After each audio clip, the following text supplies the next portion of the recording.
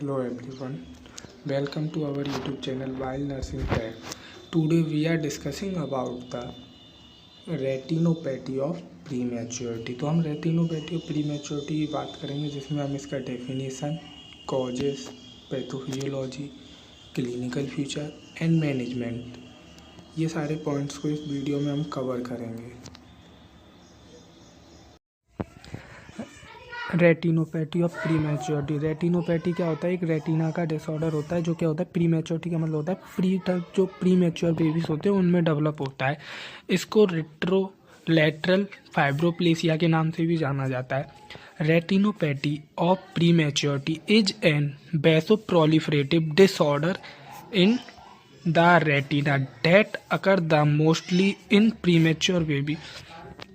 Retinopathy और prematurity क्या होता है? एक वैसोप्रोलिफरेटिव डिसऑर्डर होता है।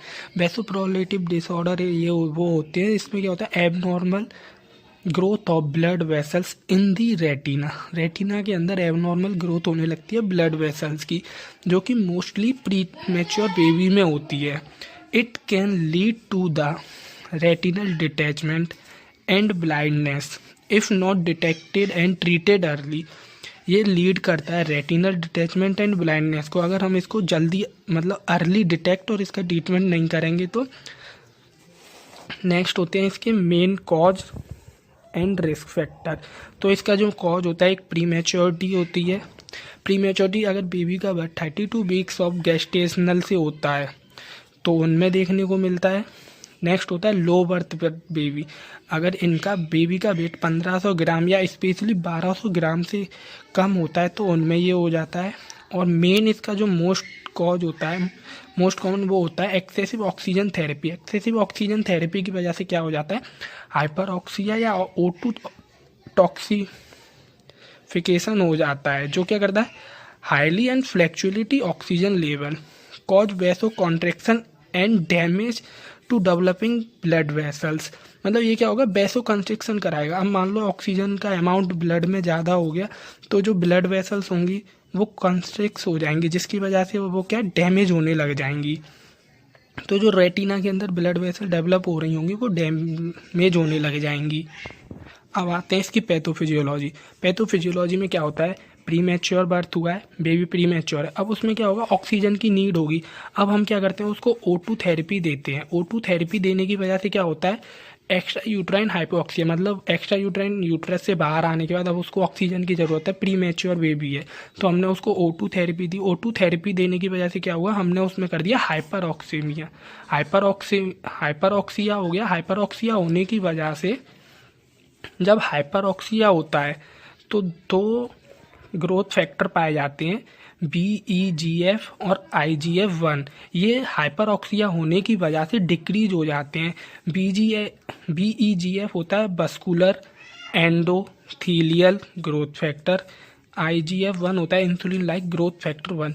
ये क्या कराते हैं, ये रेटिनल ब्लड वेसल्स का डेवलप करवाने का काम करते हैं। अब ये क्या हो गया, डिक्रीज हो गया। अब ये डिक्रीज होने की वजह से क्या होगा, जो रेटिना के अंदर ब्लड वेसल्स का फॉर्मेशन है वो स्टॉप हो जाएगा। ब्लड वेसल्स का फॉर्मेशन नहीं होगा तो ये कहलाएगा अवस्कुलर रेटिना। अवस्कुलर रेटिना इसको बोलते हैं बस्कुलर अरेस्ट। बस्कुलर अरेस्ट हो जाएगा। बस्कुलर अरेस्ट होने की वजह से क्या होगा, हाइपोऑक्सिया। अब क्या होगा, बस्कुलर अरेस्ट मतलब ब्लड वेसल्स बन नहीं रही हैं। ब्लड वेसल्स नहीं बन रही है तो ऑक्सीजन सप्लाई क्या हो गई, इनहिबिट हो गई। अब उसमें ऑक्सीजन नहीं जा रही, ऑक्सीजन नहीं जाएगी तो हाइपोऑक्सिया होगा। अब हाइपोऑक्सिया हो गया तो हाइपोऑक्सिया क्या करता है, कंपनसेटिव मैकेनिज्म होता है। हाइपोएक्सिया होने के बाद कंपनसेटिव मैकेनिज्म होगा, जो कि VEGF को इंक्रीज कर देगा कंपनसेट के थ्रू अगेंस्ट में। तो ये क्या कराएगा, VEGF क्या होता है, जो कि पैथोलॉजिकल वेसल्स का ग्रोथ करवाता है। अब क्या होगा, पैथोलॉजिकल वेसल्स को इसको बोलते हैं न्यूरोवास्कुलराइजेशन। इसमें क्या होगा, abnormal growth of blood vessels, मतलब क्या हुआ, हाइपोऑक्सिया हुआ। हाइपोऑक्सिया करने क्या किया, इंक्रीज ऑफ BEGF किया। BEGF जब इंक्रीज होगा तो ये क्या कर, BEGF का काम होता है ब्लड वेसल्स बनवाना। अब क्या होगा, BEGF का अमाउंट इंक्रीज होगा तो abnormal growth of blood vessels होगा। अगर abnormal growth of blood vessels होगा तो अब ये आगे एडवांस स्टेज में जाएगा। एडवांस स्टेज में जाके नहीं आइए, प्रोलिफरेशन करवाएगा, मतलब ये ब्लड वेसल्स में फेब्रस टिश्यू के बनने लगते हैं। अब इसमें क्या होगा, जो ब्लड वेसल्स होंगी वो फेब्रॉइड टिश्यूज़ के बनने लगेंगी हैं। उसकी वजह से क्या होगा, रेटिनल डिटैचमेंट। रेटिनल डिटैचमेंट मतलब क्या होगा, रेटिना सेपरेट हो जाएगा। मान लीजिए रेटिना ये नॉर्मल है, अब क्या होगा, यहाँ पे फाइब्रोवास्कुलर हो रहा है, मतलब यहाँ पे टिश्यूज़ का डेवलपमेंट होता जा रहा है, एबनॉर्मल ग्रोथ हो रही है, एबनॉर्मल ग्रोथ होती जाएगी। तो उसकी वजह से क्या होगा, ये कंप्रेस हो जाएगा या ये यहाँ से अपनी जगह से सेपरेट हो जाएगा, जिसको बोलते हैं रेटिनल डिटैचमेंट।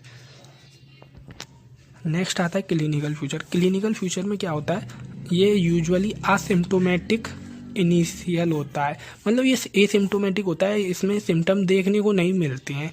इसके लिए हमको क्या कराना होता है, डिटेक्टेड बाय स्क्रीनिंग। ये स्क्रीनिंग के थ्रू करवाया जा सकता है, स्क्रीनिंग करेंगे तभी पता चलेगा। अगर बेबी प्री मैच्योर थे, हमें पता है बेबी प्री मैच्योर है, बेबी का बर्थ 1500 से कम था, 1200 से कम था, तो हम उसका क्या करवाते हैं, कि स्क्रीनिंग टेस्ट करवाते हैं, जिसकी वजह से हमें पता चलता है। इसके अलावा अगर हम इसका ट्रीटमेंट नहीं करवाते हैं तो इसमें हमें लेट साइन देखने को मिलते हैं, जो कि होते हैं ल्यूकोकोरिया, जो क्या होता है, बाइट पिपिलरी रिफ्लेक्स, मतलब इसमें रेटिना में बाइट रिफ्लेक्स देखने को मिलता है। नेक्स्ट होता है